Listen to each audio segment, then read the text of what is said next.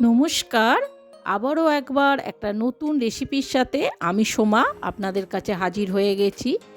আপনাদের যদি হঠাৎ কোনো মুখরোচক খাবার ইচ্ছা করে খেতে, অথচ হাতে টাইম নেই, তখনই ঝটপট ইনস্ট্যান্ট 10 মিনিটের মধ্যে আজকের আমি যে রেসিপিটি দেখাচ্ছি সেটা আপনারা খুবই সহজে বানিয়ে নিজেদের মুখের স্বাদ খুব সহজেই মেটাতে পারবেন। তাহলে চলুন আসল রেসিপিটি দেখে নেওয়া যাক। এখানে আমি দুটো পেঁয়াজ এরকম বড় বড় টুকরো করে নিয়েছি, কিছুটা আদা আর কয়েক টুকরো রসুন আর কিছুটা আমি ধনেপাতা নিয়ে নিয়েছি। এবার একটা চপারের সাহায্যে আমি প্রথমেই পেঁয়াজ আর আদা রসুনগুলোকে একদম মিহি গ্রাইন্ড করে নেব। আমার পেঁয়াজ আর আদা রসুনটা একদম মিহি গ্রাইন্ড করা হয়ে গেছে, দেখতে পাচ্ছেন একদম মিহি করে আমি কুচিয়েছি। তারপর ধনেপাতাগুলোকে আমি একদম মিহি করে কুচিয়ে নিয়েছি। এবার পেঁয়াজ আর আদা রসুন আর ধনেপাতাগুলোকে আমি এক জায়গায় একটা বাটিতে ঢেলে নেব। এবার অন্যদিকে ওই বাটির মধ্যেই আমি এখানে দুটো ডিম ফাটিয়ে দিয়ে দেব। দুটো ডিম আমি এর মধ্যে ফাটিয়ে দিয়ে সামান্য একটু নুন দিয়ে আর সামান্য একটু গোলমরিচ গুঁড়ো দিয়ে খুব ভালো করে আমাদের ডিমটা প্রথমে ফাটিয়ে নিতে হবে। ডিমের সঙ্গে এগুলো খুব ভালোভাবে মিশে গেলে তারপরেই আমি যে আদা রসুন আর পেঁয়াজ আর ধনেপাতাটা কুচিয়েছিলাম সেগুলো সবকটাই এর মধ্যে আমি দিয়ে দেব। দিয়ে খুব ভালোভাবে ডিমের সঙ্গে আমাদের এগুলোকে প্রথমে মিশিয়ে নিতে হবে। খুব ভালো করে আমাদের মেশানো হয়ে গেলে এটাকে আমরা সাইডে রেখে দেব। অন্যদিকে আমি এখানে 500 মতো ময়দা নিয়ে নিয়েছি, তার মধ্যে আমি পরিমাণ মতো লবণ দিয়ে খুব ভালো করে ময়দাটাকে মেখে নিয়েছি। তারপরে সেই যে আমরা ডিমের ব্যাটারটাকে রেডি করেছিলাম সেটা পুরোটাই ময়দার মধ্যে ঢেলে দেব। দিয়ে খুব ভালো করে ময়দার সঙ্গে আমাদের এইটাকে প্রথমে মেখে নিতে হবে।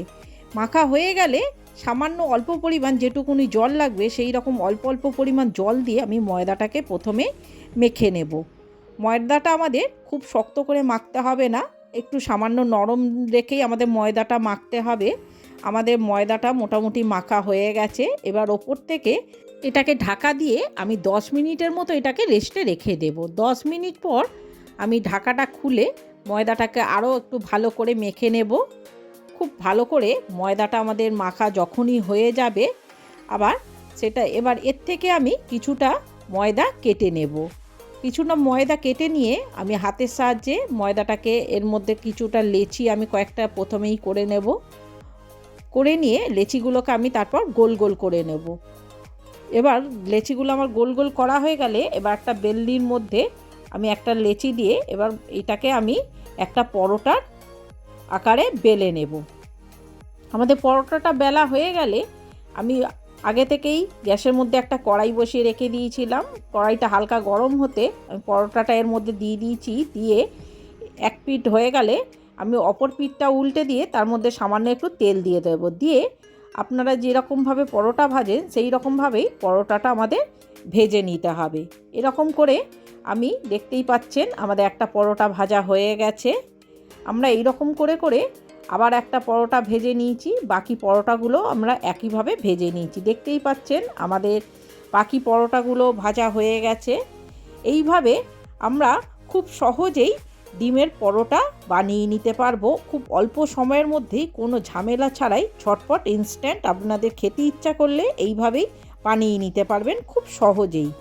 আর এটা বানানো যতটা সহজ ততটাই কিন্তু এর টেস্ট হয়ে থাকে। এটা একবার খেলে আপনারা বুঝতেই পারবেন এটা কতটা টেস্টি একটা পরোটা।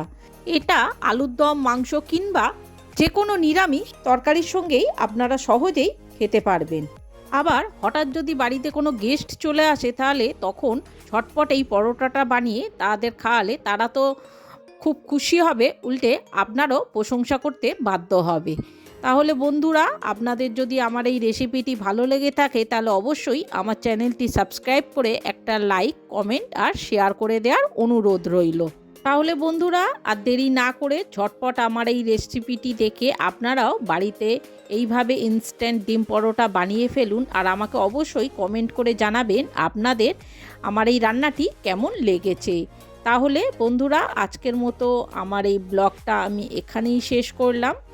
দেখা হচ্ছে আর একটা নতুন রেসিপির সাথে আর একটা নতুন ব্লগে। ততদিন আপনারা ভালো থাকবেন, সুস্থ থাকবেন। নমস্কার।